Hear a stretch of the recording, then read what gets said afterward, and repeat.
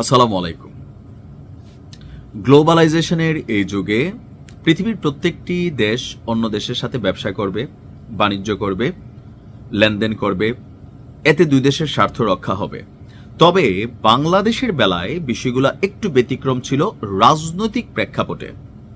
বিশেষ করে 1971 সালের যুদ্ধকে কেন্দ্র করে পাকিস্তানের সাথে বাংলাদেশের স্বাভাবিক সম্পর্ক খুব ভালো ছিল না। রাজনৈতিক দল হিসাবে জামাত ইসলাম অনেকটা পাকিস্তান সাপোর্টার হলেও বিএনপিও আংশিকভাবে একটা সময় অবস্থানে ছিল, কিন্তু 24 পরবর্তী বা গত বেশ কয়েক বছর যাবৎ পাকিস্তানপন্থী রাজনৈতিক দলগুলো আমরা খুব বেশি দেখতে পাইনি।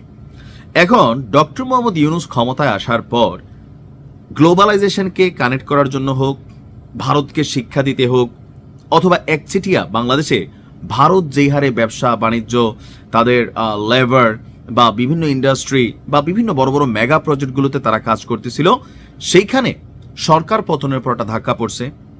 আর এন্টি ইন্ডিয়া যে সেন্টিমেন্ট, সেখান থেকে পাকিস্তানের সাথে সম্পর্কটা শক্ত হয়েছে। পাকিস্তানও এই সুযোগ কাজে লাগিয়েছে। বিভিন্ন সময় পাকিস্তানের অনেক বড় হাই প্রোফাইল ব্যক্তিরা বাংলাদেশ সফর করেছেন, আর যারাই সফর করতে আসেন তারা ডক্টর ইউনূসের সাথে সাক্ষাৎ করেন। আর যে তথ্য আমাদের পত্রিকা দিচ্ছে যে ক্ষমতায় আর অল্প কয়েকদিন আছেন ডক্টর ইউনূস, তবে ক্ষমতা ছাড়ার আগে তিনি পাকিস্তানের সাথে বাংলাদেশের যোগাযোগ বাড়াতে জোর প্রচেষ্টা চালাচ্ছেন এবং কি বিশেষ কর্মকাণ্ড করছেন, এমনটাই কিন্তু বিভিন্ন গণমাধ্যম থেকে সামনে আসছে।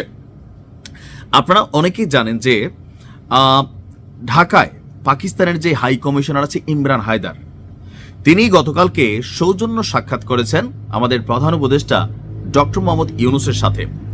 বাংলাদেশ এবং পাকিস্তানের মধ্যে বাড়তে থাকা যোগাযোগকে স্বাগত জানিয়ে প্রধান উপদেষ্টা ডক্টর মোহাম্মদ ইউনূস বলেছেন, সফর সাংস্কৃতিক, শিক্ষামূলক সহযোগিতা বৃদ্ধি এবং জনস্তরে যোগাযোগ বাড়ানো গুরুত্বপূর্ণ, বিশেষ করে সার্ক সদস্য দেশগুলোর মধ্যে সাফল্য অর্জনের জন্য।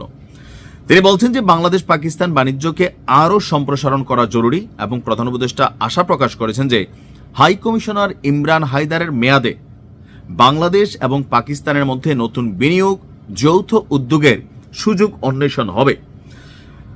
এখন আমরা এগুলো যা বলছে খুবই সুন্দর, বাংলাদেশের পক্ষেই কথা। আমরা ব্যবসা করব, পাকিস্তান ব্যবসা করবে, দুই দেশ লাভবান হবে, কর্মসংস্থান তৈরি হবে, যোগাযোগ বাড়বে, আমরা পাকিস্তান সফরে যাব, অনেক কিছু দেখবো, শত্রু দেশ কেমন ছিল, পাকিস্তানিরা বাংলাদেশে আসবে, বিফোর 1971 বাংলাদেশ কি ছিল, আজকের দিনে এই 54-55 বছরে বাংলাদেশ কোথায় গিয়েছে, এগুলো পজিটিভ, খারাপ না। কিন্তু সমস্যা হচ্ছে পাকিস্তানের সাথে এই সুসম্পর্ককে আমাদের 3 দিক থেকে ঘিরে থাকা প্রতিবেশী রাষ্ট্র, যারা মাঝে মাঝে চোখ রাঙায়, ভারত কিভাবে দেখছে। আবার পাকিস্তানের কিছু পলিটিশিয়ান বাংলাদেশ ইস্যুতে, ভারত ইস্যুতে যেভাবে বাংলাদেশের পক্ষে কথা বলে, তো পাকিস্তানের বিপরীতে ভারত মনে করে যে বাংলাদেশকে পাকিস্তান আসলে গিলতে চাচ্ছে। 1971 সালে পাকিস্তানের যে পরাজয়, সেই বদলা তারা নতুনভাবে নিতে চাচ্ছে। ইভেন রাষ্ট্র হিসাবে ভারতের বেশ কিছু গুরুত্বপূর্ণ অঙ্গরাজ্য, যেগুলোর অনেকটা হার্ড বাংলাদেশে কানেক্টেড, বাংলাদেশ চাইলে অনেক দিকে ভারতকে ডিস্টার্ব করতে পারে, তবে এজন্য বাংলাদেশকে আর কঠিন পরিণতি ভোগ করতে হবে। বাট ভোগ করবে আমজনতা, যারা নেতা তারা তো করবে না, যারা ষড়যন্ত্রকারী তারা করবে না। তো এরকম নানান ইস্যু থেকে পাকিস্তানের সাথে বাংলাদেশের এই সৌহার্দ্যপূর্ণ সম্পর্ককে স্বাভাবিকভাবে নিচ্ছে না ভারত। ব্যবসা বাণিজ্যকে তারা হুমকি স্বরূপ দেখছে না।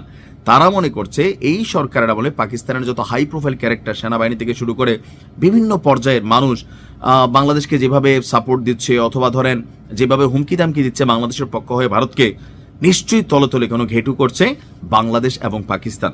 আমি বরাবরের মতো বলি আমার জায়গা থেকে, বিশ্বায়নের এই যুগে প্রত্যেক দেশের সাথে ব্যবসা করব, বাণিজ্য করবো, আমার যেখানে প্রফিট আমি সেখানে যাব।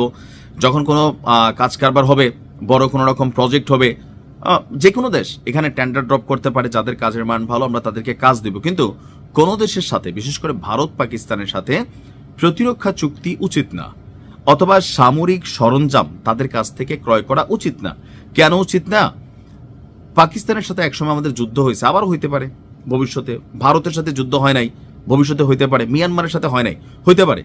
এই দেশগুলো থেকে যদি আমরা কোনো প্রতিরক্ষা চুক্তি করি বা তাদের থেকে মেশিনারিজ কিনি, ভাই এটা তাদের দেশ বানাইছে, নানান চিন্তা ভাবনা করে 50 বছর পরবর্তী পরিকল্পনা করে তারা কিন্তু এখানে একটা পদক্ষেপ নিতে পারে। এতে বিপদে পড়বে কে?